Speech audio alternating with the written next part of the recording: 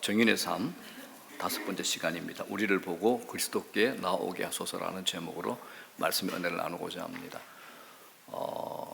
어떤 분들이 저한테 이 얘기를 했습니다. 목사님, 설교가 조금 어려워요. 그러길래 제가 많이 고민이 됐습니다. 그런데 이제 이 부분은 굉장히 중요한 부분이기 때문에 이걸 쉽게 풀어버리면 또 내용이 너무 가벼워집니다.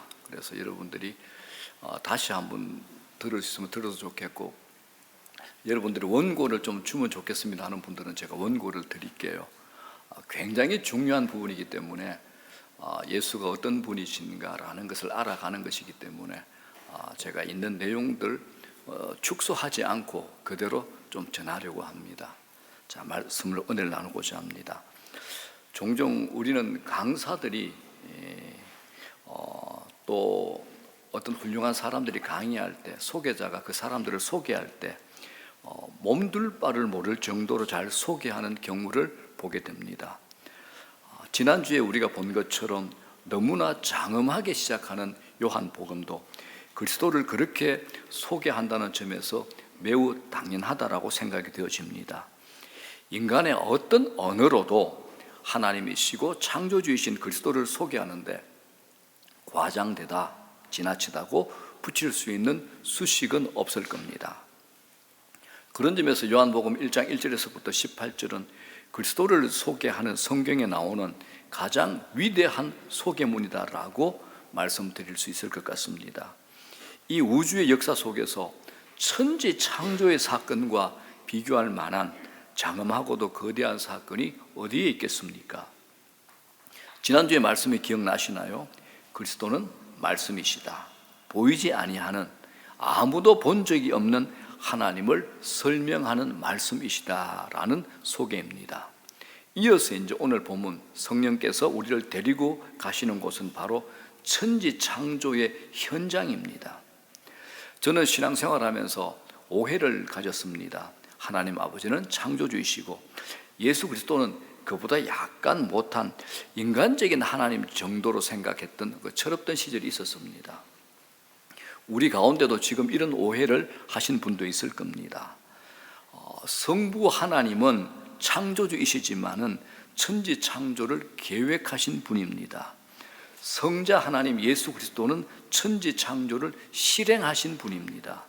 성령 하나님은 그것을 보존하시고 유지하시고 재창조하시는 분이십니다. 자, 그래서 본문에 그리스도는 창조주이시다. 그래서 만물이, 모든 만물이, 이 우주에 이 세상에 존재하는 모든 만물이 그로 말미암아 지은 바 되었다라고 성경이 선언합니다. 3절입니다. 다 같이 읽어볼까요? 시작. 만물이 그로 말미암아 지은 바 되었으니 지은 것이 하나도 그거 없이는 된 것이 없느니라. 아멘.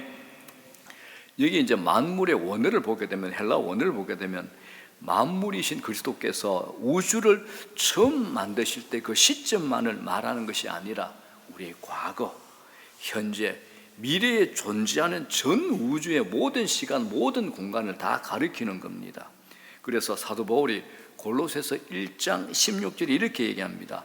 만물이 그에게서 창조되되 하늘과 땅에서, 그리고 뭡니까? 보이는 것과 보이지 않는 것들까지 예수 그리스도께서 창조하셨습니다. 자, 이분이 우주에 충만히 계시지만 특별히 예수 믿는 우리에게, 우리 안에 영으로 계신단 말입니다. 믿어지십니까, 여러분? 자, 고린도후서 13장 5절 이렇게 얘기하죠. 시작. 예수 그리스도께서 너희 안에 계신 줄을 너희가 스스로 알지 못하느냐? 그렇지 않으면 너희는 버림받은 자니라. 아멘. 다 같이 읽습니다. 시작. 예수 그리스도께서 너희 안에 계신 줄을 너희가 스스로 알지 못하느냐? 그렇지 않으면 너희는 버림받은 자니라. 아멘. 여러분에게 꼭 하고 싶은 말, 제가 제자 훈련이나 상담할 때 하고 또 하고 오늘 또 하고 싶은 말씀이 하나 있습니다. 우리가 예수를 믿는다는 것이 기독교 신앙인데 기독교 신앙의 가장 중요한 성격이 뭐냐 하면 첫 번째, 하나님께서 당신의 백성을 찾아오시며, 두 번에 구원하시며, 세 번째는 뭡니까? 복 주시려 한다는 것입니다. 이건 그냥 아닙니다. 이게 하나님의 신적 의지입니다. 신적 섭리입니다. 신적 선택이라는 겁니다. 이게 우리를 찾아오시고 구원하시고 복 주시려 한다는 것이 하나님의 의지, 하나님의 계획, 하나님의 섭리라는 것을 늘 그리고 꼭 반드시 기억하셔야 됩니다. 이런 차원에서 우리의 신앙 현실도 내 부족함, 내 연약함, 내 무능력함 이런 것들이 나를 좌절시키도록 내버려 두서는 안 됩니다. 아시겠습니까? 이해되시죠? 내 부족함, 내 연약함, 내 무능력함 이런 것들이 나를 좌절시키도록 놔둬서는 안 된다라는 겁니다. 그건 믿음이 없다 그럽니다. 믿음이 없다는 것은 내가 연약하다, 믿음이 없다 이런 차원, 이런 문제가 아니라 나의 하나님 백성된 선택과 결정이 하나님의 의지, 하나님의 섭리, 하나님의 계획이 있다는 것을 놓아버리는 거죠. 이거 놓아버리는 겁니다. 물론 우리가 자격이 없다는 것은 늘 확인해야 됩니다. 그런데 그것보다 더 크고 위대하고 변치 않는 하나님의 은혜가 우리에게 임했기 때문에 절망할 수 없다라고 생각하셔야 됩니다. 나는 절대로 망하지 않는다. 하나님께서 내 인생 책임지신다. 이 근거 위에 사셔야 되는 겁니다. 이게 하나님의 백성된 저희들의 자존감이고 정체성입니다. 하나님께서 이걸 우리에게 늘 말씀하시는 겁니다. 너 고아 아니다. 너 안에 내 영광이 담겨져 있다. 절대 내가 너를 포기하지 않는다. 이것이 하나님의 고집입니다. 하나님의 섭리죠. 자, 이런 예수 믿는 위대함, 이런 설레임, 은혜를 알고 경험하며 살아가는 저와 여러분 다 되시기를 주의 이름으로 축원합니다. 이제 본문으로 들어갑니다. 하나님께서 천지를 창조하셨는데 왜 창조하셨는가라는 것이 이제 우리의 질문이 됩니다.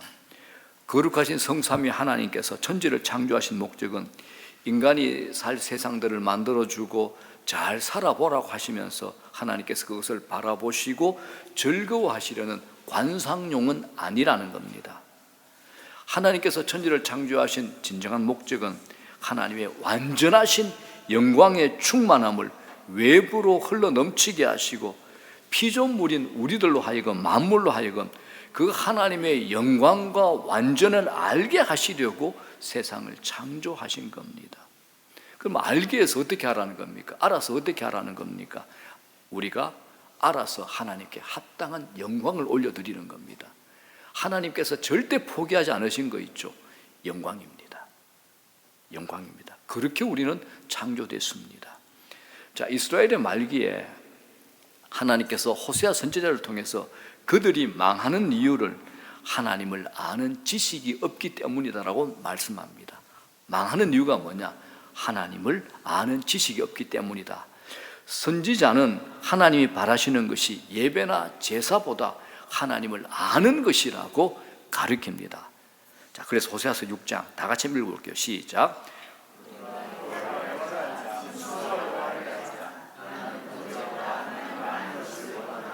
우리가 여호와를 알자. 힘써 여호와를 알자. 나는 번제보다 하나님 아는 것을 원하노라 얘기합니다. 주님도 우리 구주 예수 그리스도께서도 친히 영생을 이렇게 말씀하셨습니다. 요한복음 17장 3절 다 같이요. 영생은 유일하신 참 하나님과 그의 보내신 자 예수 그리스도를 아는 것이니이다. 아는 겁니다. 경험하는 겁니다. 자, 그러면 질문을 하겠습니다. 여러분은 하나님과 주 예수 그리스도를 아십니까? 아십니까? 하나님과 주 예수 그리스도를 경험하셨습니까? 바울 사도도 에베소서 성도를 위하여 이렇게 기도합니다. 인간에게 이보다 더 높은 목적이 없기 때문에 사도 바울이 그것을 구하고 기도하고 있는 겁니다. 에베소서 1장 17절 다 같이 시작. 우리 주 예수 그리스도의 하나님 영광의 아버지께서 지혜와 계시의 정신을 너희에게 주사 하나님을 알게 하시고, 여기도 하나님을 알게 하시고죠. 자, 그러면 예수님의 수제자 사도 베드로는 어떻게 얘기할까요? 사도 베드로도 이렇게 얘기합니다. 베드로후서 1장 2절 시작. 하나님과 우리 주 예수를 알므로 은혜와 평강이 너희에게 더욱 많을지어다. 아멘. 하나님과 우리 주 예수 그리스도를 알므로. 은혜와 평강이 어떻게 많아집니까? 하나님과 주 예수를 알므로 은혜와 평강이 많아진다는 겁니다. 그래서 이 사도 베드로가 순교를 앞에 두고 유언처럼 베드로후서 마지막 장 마지막 말씀을 이렇게 남깁니다. 자, 베드로서 3장 18절입니다. 시작. 오직 우리 주 곧 구주 예수 그리스도의 은혜와 그를 아는 지식에서 자라가라. 이건 유언입니다. 그를 아는 지식에서 자라가라는 겁니다. 저는 호세아 선지자와 같이 탄식으로 호소하고 바울 사도와 같이 기도하고 베드로 사도와 같이 여러분들에게 권면합니다. 우리 인생에 있어서 하나님을 알아가는 것보다, 하나님을 경험하는 것보다 더 궁극적인 목적은 존재하지 않습니다. 하나님을 알아야 됩니다. 하나님을 알아야 하나님과의 동행이 뭔지, 하나님을 알아야 주의 음성을 듣는다는 게 뭔지, 하나님을 알아야 하나님과 함께하는 기쁨이 뭔가를 알고 경험할 수 있습니다. 하나님을 알아야 기도가 달라지죠. 의심 없는 확신의 기도를 할 수 있습니다. 하나님을 알면 기도의 맛을 경험하기가 아주 수월해집니다. 마음이 이 생각 저 생각으로 흩어지지 아니하고 전심으로 집중해서 하나님께 기도할 수 있습니다. 하나님을 아셔야 됩니다. 자, 4절을 보겠습니다. 그 안에 생명이 있었으니 이 생명은 사람들의 빛이라. 자, 그 안에 생명이 있었으니 그리스도께서 모든 생명의 근원이다라는 것을 말씀하시는 겁니다. 그리스도로부터 시작되지 않는 생명은 이 우주에 존재하지 않습니다. 그리스도를 떠나서 살았다고 하는 것은 산 것이 아니라 죽은 것이다라고 성경은 말씀합니다.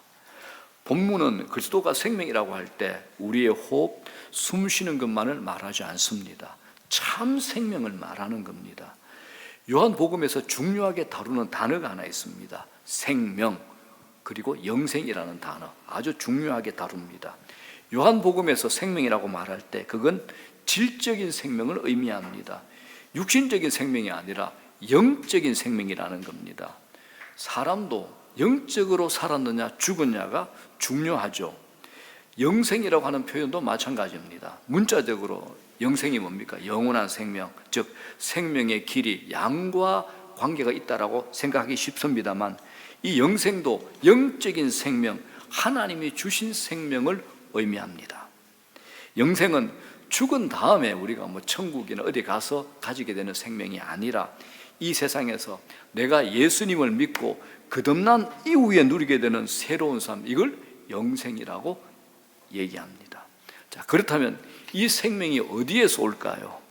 이 생명은 하나님 아버지께서 아들 예수 그리스도에게 주어지게 하시고 그 아들 예수 그리스도를 통해서 모든 믿는 자들 우리에게 주어지는 생명입니다. 우리는 이 생명을 가지고 있는 겁니다. 요한복음에 생명이라는 단어가 참 많이 나오는데 바로 이 생명입니다. 이게 영생이죠. 하나님의 것이 우리 안에 들어와 있는 겁니다. 얼마나 놀라운 선물입니까? 그래서 한 성도 R.F. 밀러는 이렇게 고백했던 겁니다. 주 예수보다 더 귀한 것은 없네. 이 세상 부귀와 바꿀 수 없네. 영축을 내 대신 돌아가신 그 놀라운 사랑 잊지 못해. 2절이 이렇습니다. 주 예수보다 더 귀한 것은 없네. 이 세상 명예와 바꿀 수 없네. 3절은요. 주 예수보다 더 귀한 것은 없네. 이 세상 행복과 바꿀 수 없네. 어떻습니까? 여러분 그렇습니까? 이 세상 부귀와 바꿀 수 없고 여러분들이 붙잡고 놓지 않는 명예와 바꿀 수 없고 이 세상 내가 제일 귀하게 여기는 행복과도 바꿀 수 없는 분이 주 예수다. 주 예수가 제일 귀중한 분이다라는 것이 여러분들의 신앙 고백이 되십니까? 꼭 그렇게 되시기를 바랍니다. 우리 1절만 한번 불러보겠습니다. 쳐다 시작. 주 예수보다 더 귀한 것은 없네. 이 세상 우리와 바꿀 수 없네. 영주를 내신 돌아가신 그 놀라운 사랑 있지. 자, 2절 합시다. 주 예수보다도 주 예수보다 더 귀한 것은 없네. 세상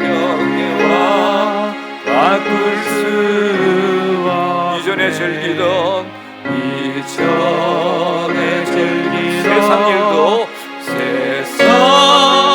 주 사랑하는 마음 맺지 못해 3절입니다. 주 예수보다도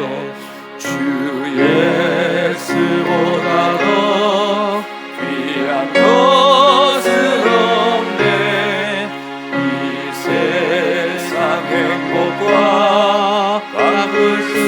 유혹과 핍박이 몰려와도 주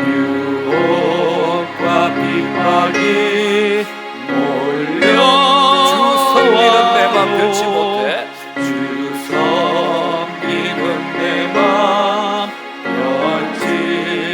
우리 한번 합시다. 세상 즐거움 다 버리고 세상 사랑 다 버렸네. 아멘. 주 예수보다도 귀한 것은 없네. 예수밖에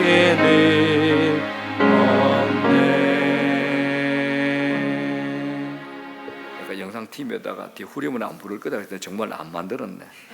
그죠? 주 예수밖에 없습니다. 주 예수밖에 없습니다. 주 예수밖에 없네. 자, 우리 한번 자신을 돌아보면 좋겠습니다. 나는 정말로 생명이신 예수 그리스도를 바라보고 오직 예수 그리스도 때문에 살아가고 있는가? 한번 우리 자신을 살피면 좋겠습니다. 그리스도를 얻지 못하고 성공하고 평안에 만족하고 산다면 그건 저주라 그럽니다. 그리스도를 떠난 생명은 없습니다. 우리 인생에 모든 것이 다 주어진다고 하더라도 생명이 없다면 무슨 소용이 있겠습니까? 우리 모두 다 그리스도를 더 알아갑시다. 어제보다는 오늘, 오늘보다는 내일, 날이 갈수록 더욱 그리스도를 아는 삶이 되기를 축복합니다. 그리스도를 알기 위해서 하나님 말씀을 머리로만 알지 말고 경험적으로 알도록 우리 기도합시다. 그리고 기도를 형식적으로 하는 서준에 머물지 말고 친밀하게 주님과 살아있는 대화의 교제가 되기를 소망합니다. 주님께 계속해서 구하고 나가기를 원합니다. 주님은 양인 우리로 하여금 생명을 얻게 하실 뿐만 아니라 그 생명을 풍성하게 누리도록 하기 위해서 이 세상에 오셨다라고 말씀하십니다. 요한복음 10장 10절입니다. 내가 온 것은 양으로 생명을 얻게 하고 더 풍성히 얻게 하려는 것이니라. 아멘. 이 풍성함을 누리는 자리를 사모하는 저와 여러분 되기를 주의 이름으로 축복합니다.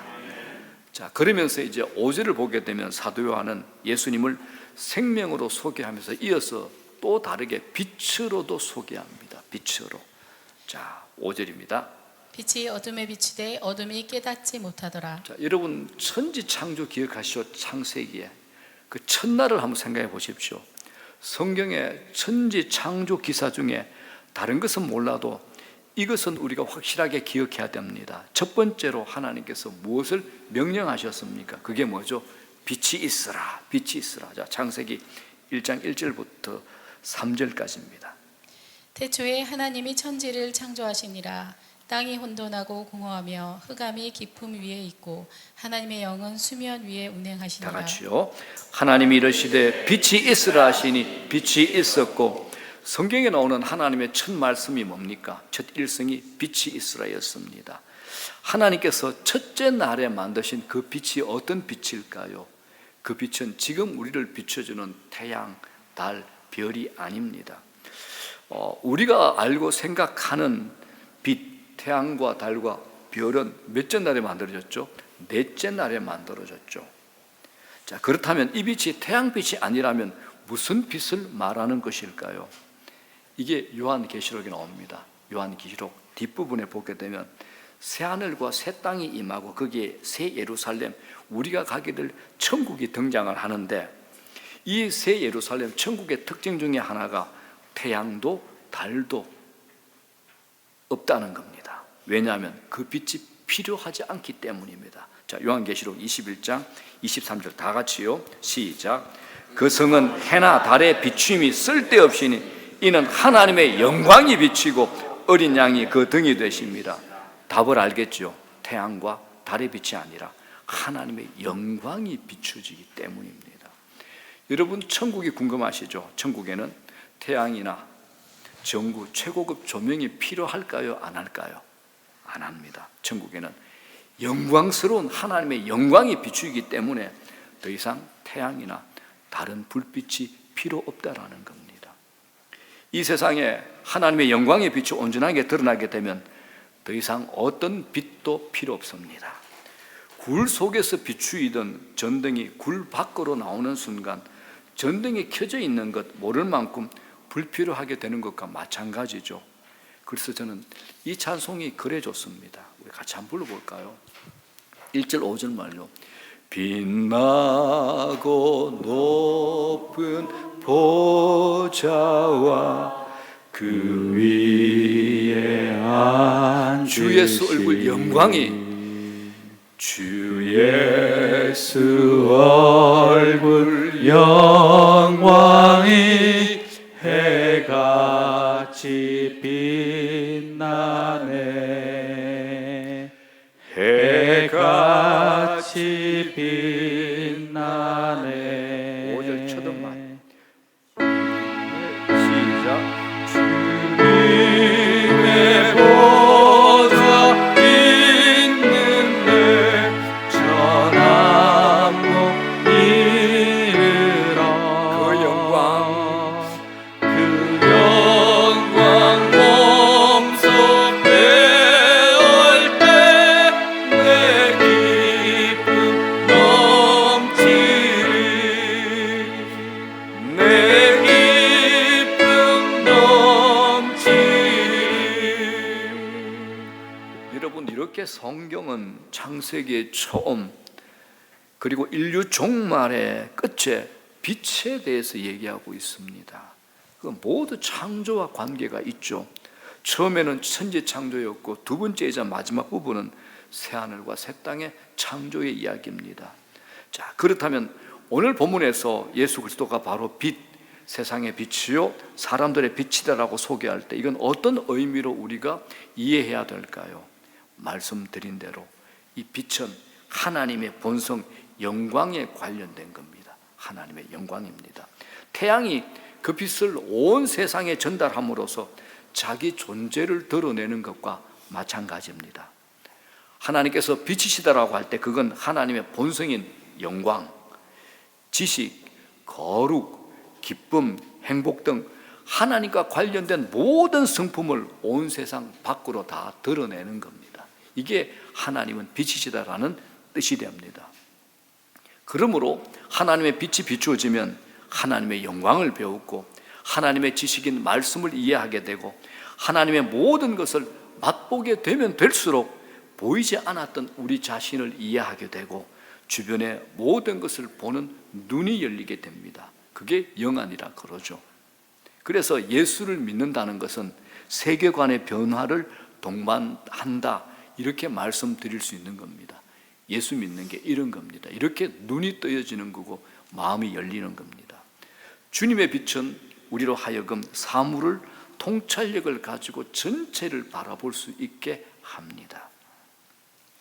제가 우리 하영이 그리고 진우, 선교, 그 다음에 지방에 우리 시훈이, 지훈우, 그 다음 우리 모든 아이들, 우리 청년들까지 좀 아프다는 얘기를 듣는 그 아이들, 모든 아이들 기도할 때마다 하나님 우리 아이들 지성, 감성, 의지에 주님의 빛을 비추십시오.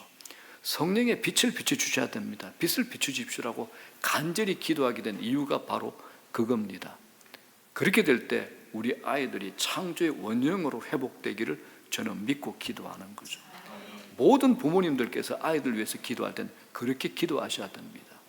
창조의 원형이 회복되게 해요. 여러분, 하나님께서 이 세상을 창조하실 때 빛이 있으라고 하셨으나 실제 우리 사람들 인간이 범죄함으로 그 범죄와 타락이 하나님의 영광의 빛을 가리고 만 겁니다.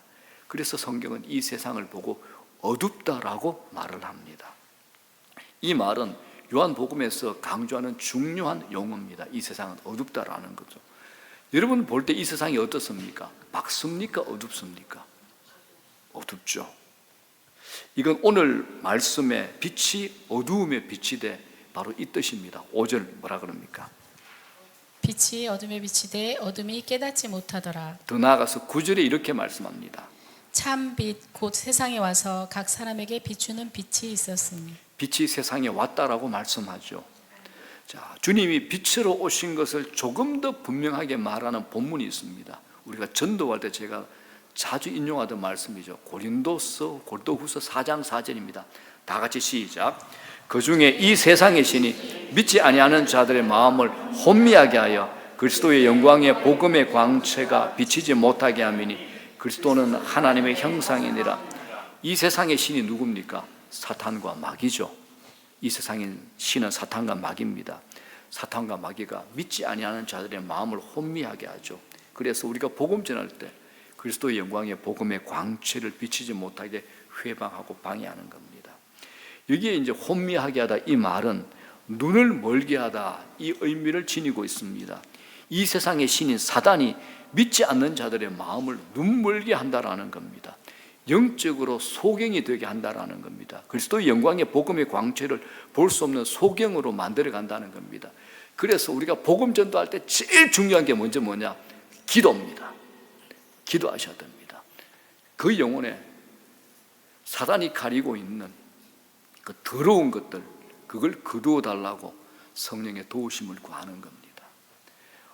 선교사들이 해외에 나가서 선교할 때 어떤 마을에 가면 기가 막히게 복음이 잘 전해지는데 똑같은 바로 옆에 있는 마을에 가게 되면 그렇게 저항이 심하고 안 될 때가 있다고 합니다. 그러면 선교사들이 어떻게 할까요? 나와서 제일 먼저 하는 게 모여서 함께 기도합니다. 간절히 기도하고 또 그 마을로 들어가는 거죠. 왜요? 이게 영적 전쟁이라서 그렇습니다. 사단이 믿지 아니하는 자들의 마음을 혼미하게 하죠. 그리스도의 영광의 복음의 광채를 가로막는 거죠. 그래서 여러분들 마음에 내가 저 사람에게 복음을 전해야지 할 때 제일 먼저 해야 될 거, 그 사람의 영혼을 가슴에 품고 기도하는 겁니다. 성령의 도우심을 구하는 겁니다. 그리고는 담대하게 거침없이 증거하는 거죠. 그 사람이 거절하든 어떤 반응에 상관없이 증거하는 겁니다. 왜? 결론은 성령께서 일하시기 때문입니다. 믿고 전하는 겁니다. 담대하게 거침없이 대가를 지불하더라도 전하는 겁니다. 그리고 성령께서 도우실 겁니다. 대낮에 태양빛을 느낄 수 없다면 그는 필시 소경일 겁니다. 마찬가지로 모든 것을 다 본다고 하여도 그리스도의 영광의 빛을 식별할 수 없다면 그는 영적인 소경임이 틀림없습니다. 성경은 말씀하시기를 주님이 이런 세상에 오셨다라고 말합니다. 이 세상은 영적인 어두움이 가득합니다. 그곳에 살아가는 모든 사람들은 다 영적인 소경들이어서 참 빛을 식별할 수가 없는 겁니다. 그들은 다 빛의 모조품들만 가지고 삽니다. 마치 굴 속에서 손전등을 의지하여 살아가는 것 같이 말입니다. 그들은 다 볼 수 있다라고 말합니다. 왜냐하면 손전등이 있기 때문입니다. 그러나 바깥에 환히 비추는 태양이 존재한다라는 사실을 알지 못합니다. 손전등만 있으면 된다라고 생각하며 살아가는 겁니다. 이게 영적으로 소경된 인간들입니다. 이런 세상에 그리스도께서 빛으로 오셨습니다. 이게 성경의 선언입니다. 5절에 뭐라 그럽니까? 빛이 어두움에 빛이 돼. 이런 말씀입니다. 여러분들은 아십니까? 사람들이 빛보다 어두움을 더 사랑하는 이유를 아십니까? 답은 하나죠. 악을 행하기 때문에 빛보다 어두움을 더 사랑합니다. 자기의 악한 행위들이 빛 가운데 드러나는 것이 두렵기 때문에 어두움을 사랑하는 거죠. 빛이 오면 자기의 더러운 모습이 적나라하게 드러날까 두려운 겁니다. 이런 생리를 이해하는 것은 결코 어렵지 않습니다. 인간 본능의 반응이기 때문입니다. 자, 제가 여러분들 질문합니다. 지금 당장 여러분의 삶과 생각의 은밀한 구석구석을 다 환하게 드러내기 위해서 어떤 거룩한 영광의 빛이 비추어진다면 여러분들은 좋고 기쁘시겠습니까? 아니면 불편하시겠습니까? 좋고 기쁩니다 하시는 분은 지금 천국 가셔도 됩니다. 우리 모두가 냄새나는 죄인들이잖아요. 그죠? 예, 그렇습니다. 그런데 성경이 우리에게 약속합니다. 어둠이 빛을 이기지 못하더라. 어둠이 빛을 이기지 못하더라. 그 빛을 이길 수가 없죠. 그 빛을 우리가 소유하게 된 겁니다. 이게 예수 믿는 겁니다, 여러분. 예수 믿는 걸 너무 피상적으로 가볍게 여기지 않으면 좋겠습니다. 이 요한복음을 준비하면서 어떤 분들이 어렵다 그러고 목사님 어떻게 얘기를 듣고, 야, 이거 더 쉽게 풀면 성경이 주는 이 중후함, 이 어마어마한 것을 너무 가볍게 전달될 수 있겠다 싶어서 제가 여러분들에게 설교 초반에 말씀을 드렸던 겁니다. 어렵더라도 여러분 이대로 받아주면 좋겠습니다. 결국 이 세상은 빛을 미워해서 그 빛이신 그리스도를 갈보리 언덕의 십자가에 못 박아서 결국은 그리스도께서 십자가에서 죽으셨죠. 그럼에도 불구하고 빛이신 그리스도는 죽음이라는 어둠의 절정을 깨부시고 부활하심으로 어둠을 깨부시고 죽음을 깨부시고 어둠을 이긴 겁니다. 주님이 빛으로 오셨다라는 말씀은 죄와 타락으로 인간이 잃어버린 그 빛을 우리 영혼에 비추어 주시기 위해서 주님께서 오신 겁니다. 천지 창조와 비교할 수 없는 방식으로 스스로 빛 대신 주님 자신이 이 세상에 직접 오셔서 눈 어두워서 보지 못한 소경된 죄인 우리들에게 그 빛을 비추어 주시려고 주님께서 친히 이 땅에 오신 겁니다. 제가 고등학교 때 처음 예수를 믿게 된 것은 하나님께서 저희 어둡고 소경된 영혼을 향하여서 빛이 있으라 라고 말씀하셨기 때문이죠. 그렇게 말씀하셔서 빛이 있었고 제 영혼에 빛이 임했던 겁니다. 그래서 저는 그리스도의 얼굴에 있는 하나님의 영광을 아는 빛의 비추임을 받고 예수님을 믿게 된 겁니다. 이걸 중생 거듭남이라고 말합니다. 이건 천지 창조의 기적과 맞먹는, 아니 그보다 더 놀라운 기적이라고 저는 고백합니다. 우리가 예수님을 믿는 것 자체가 기적 중에 기적입니다. 여러분 인생에 제일 큰 기적이 뭐냐? 여러분 예수 믿고 있는 겁니다. 소경이 눈을 뜬 기적이죠. 성경이 예수 그리스도의 오심을 빛이 오셨다라는 말로 설명하는 이유가 바로 그것입니다. 자, 이제 말씀 정리합니다. 주님은 빛이신데 빛이신 주님께서 우리를 향해서, 빛이 비추이신 우리를 향해서 하신 말씀이 있습니다. 우리를 보고 너희가 빛이다, 세상의 빛이다 라고 하셨습니다. 왜 그렇게 말씀하셨을까요? 자, 마태복음 14장 다 같이 읽겠습니다. 시작. 너희는 세상의 빛이라. 산 위에 있는 동네가 숨겨지지 못할 것이, 사람이 등불을 켜서 말 아래에 두지 아니하고 등경 위에 두나니 이러므로 집 안 모든 사람에게 비치느니라. 이같이 너희 빛이 사람 앞에 비치게 하여 그들로 너희 착한 행실을 보고 하늘에 계신 너희 아버지께 영광을 돌리게 하라. 소경의 눈을 뜨게 해주신 주님께서 그 빛으로 하나님을 보게 해주셨듯이 믿는 자들인 우리는 이 세상에서 선한 행실을 통해서 빛을 비춤으로써 사람들이 하나님께 영광을 돌리게 해야 됩니다. 그런데 문제가 있습니다. 이게 잘 안 된다라는 겁니다. 그 이유가 분명합니다. 그 빛을 세상에 비추려고 노력하지만 그 빛이 먼저 내 내면에 비추지를 않았기 때문에 그렇습니다. 나 스스로 빛을 드러낼 능력이 없기 때문이죠. 우리는 하나님과 다릅니다. 스스로 빛을 만들어서 비추는 존재가 아니죠. 우리는 하나님의 빛을 반사하는 반사체일 뿐입니다. 우리가 하나님의 빛의 비추임을 받는 것만큼 바깥의 그 빛에 세상을 비출 수가 있습니다. 어떻습니까, 여러분? 나의 내면에 먼저 그 빛이 비추게 할 때 어두운 세상에 빛으로 비춰질 수 있는 겁니다. 날마다 내 삶 속에, 내 내면에 그 빛이 비추게 할 때 우리는 날마다 세상의 빛으로 살 수 있게 된다는 겁니다. 여러분, 먼저 그 빛이 여러분 자신을 비추게 해 주십시오. 그리스도께서 이를 위하여 세상에 오셨습니다. 우리 내면의 어두운 구석구석을 그리스도께서 비추게 하셔서 우리 자신을 볼 수 있게 할 수 있을 때에만 내 속에 더러운 죄들, 구석에 있는 더러운 것들이 다 드러나고 하나님 앞에 깊은 회개를 할 수 있게 되는 겁니다. 자, 제가 이 말씀을 제가 좀 진하게 했는데 우리 다 같이 한번 읽어볼게요. 다 같이 시작. 빛으로 오신 그리스도께서 우리 자신의 내면을 환하게 보이지 않는 구석이 없도록 환하게 비추어 주시기를 구하십시오. 그 은혜를 구하십시오.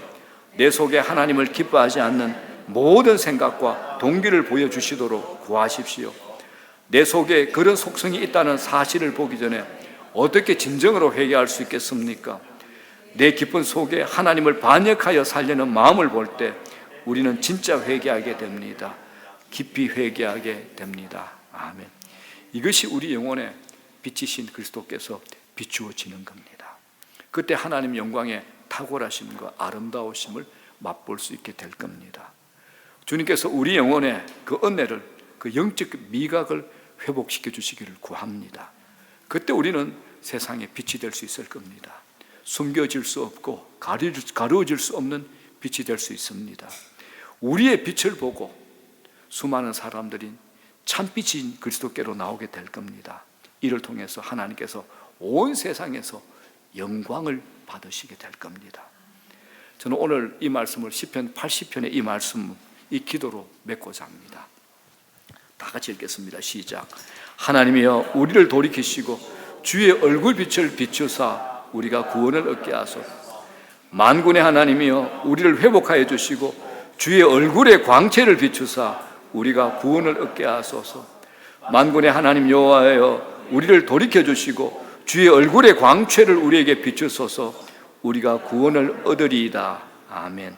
주의 얼굴 빛을 비추사 주의 얼굴의 광채를 비추사 주의 얼굴의 광채를 우리에게 비추소서. 아멘.